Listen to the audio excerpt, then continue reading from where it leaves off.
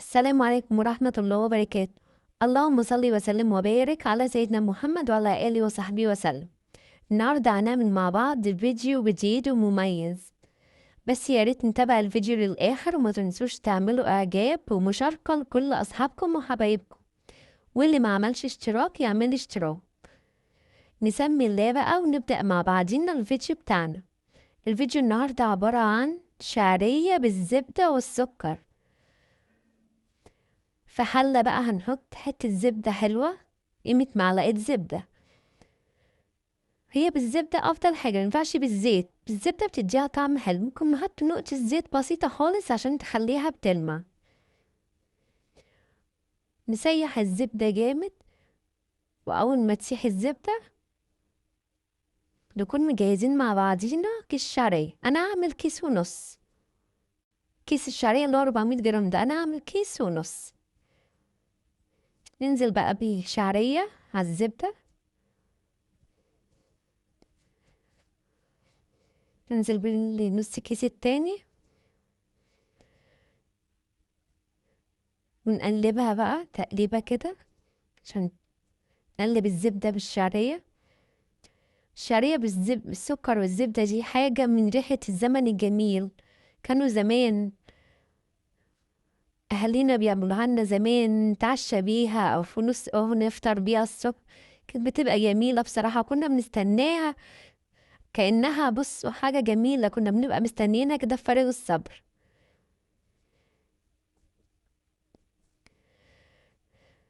وريحة الزبدة وهي بتتحمر مع الشعرية كفيلة إنها تغير مود البيت كله بجد. أكلة بتدفي القلب قبل البطن، خصوصا لما نضيف ليها لبن بقى سخن في الآخر.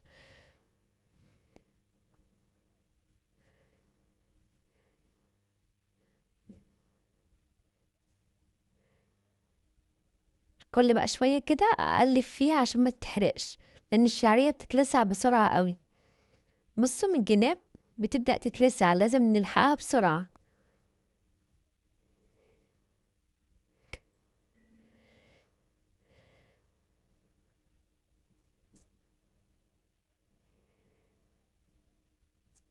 نقلب فيها جامد، تنينا نقلب فيها على طول، ايدينا ما تخرجش من التقليب. تنينا كل شوية نقلب. هي اتغلفت بقى بالزبدة جامد، بقت ريحتها جميلة بجد. ريحتها قلب البيت كله، ريحة زبدة جميلة.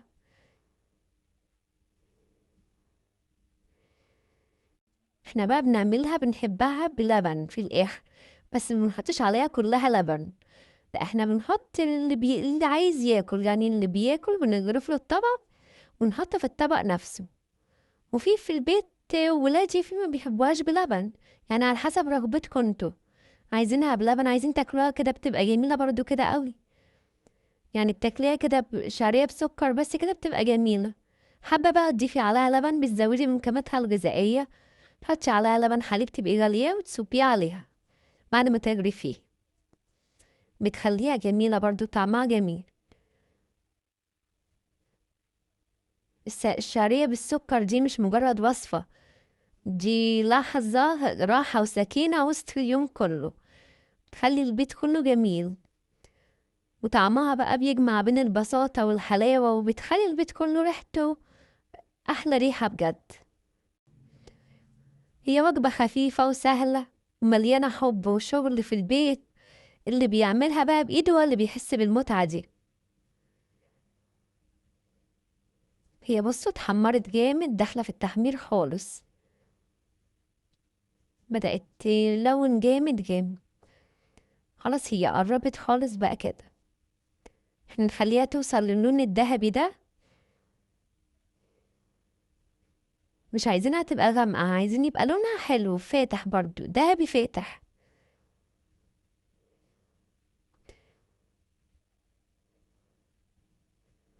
بصوا انا مبسيبش ايدي، عمالة اقلب.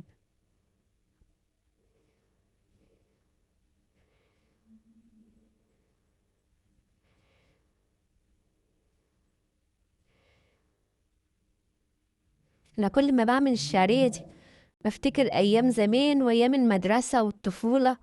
كنت ابقى فرحانة قوي لما الاقي والدتي عاملاها لنا. هننزل بقى عليها بمعلقتين سكر كبار. هي خلاص كده، ننزل بقى بمعلقتين سكر كبار ونديهم تشويحة بسيطة بس كده، بحيث السكر يدوب شوية. ما استناش انه يتكرمل، لا انا يا دوبك بس اسيح السكر معاها بس بسيط كده.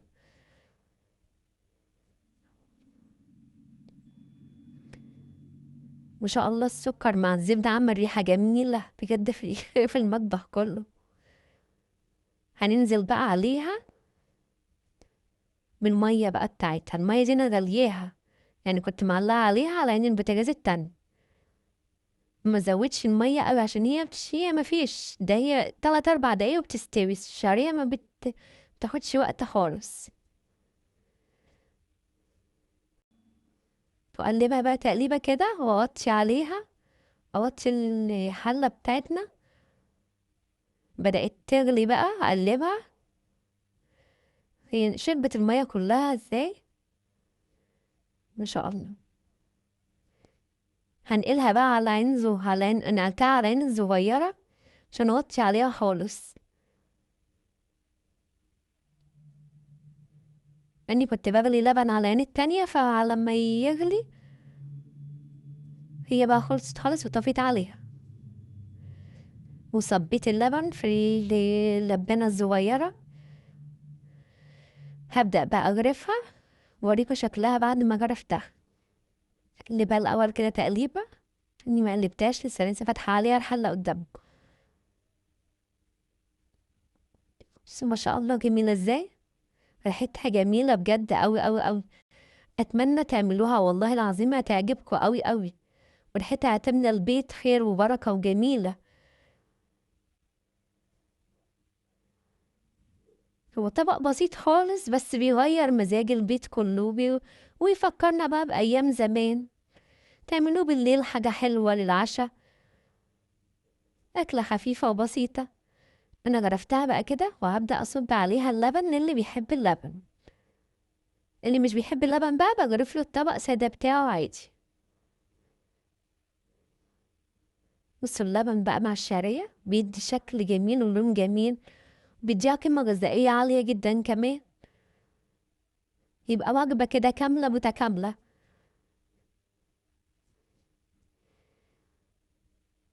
اللون بتاعه جميل بجد ما شاء الله.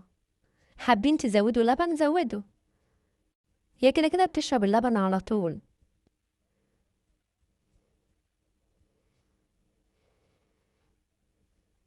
جميلة وشكلها جميل، شاهي بجد جميل. جربوها وإن شاء الله تعجبكم يا حبايبي. وبكده نكون خلصنا فيديو النهاردة. أتمنى يكون الفيديو نال إعجابكم. لو عجبكم الفيديو ما تنسوش اللايك والشير وتعليقاتكم الجميلة اللي دايما بتفرح. لو لسه أول مرة تشوفوا قناتي أتمنى الاشتراك في القناة وتفعيل زر الجرس على الكل علشان يوصل لكم كل جديد. استنونا إن شاء الله في وصفات تانية كتير سهلة ومميزة وبسيطة. دمتم بخير وبحفظ من الرحمن. السلام عليكم ورحمة الله وبركاته.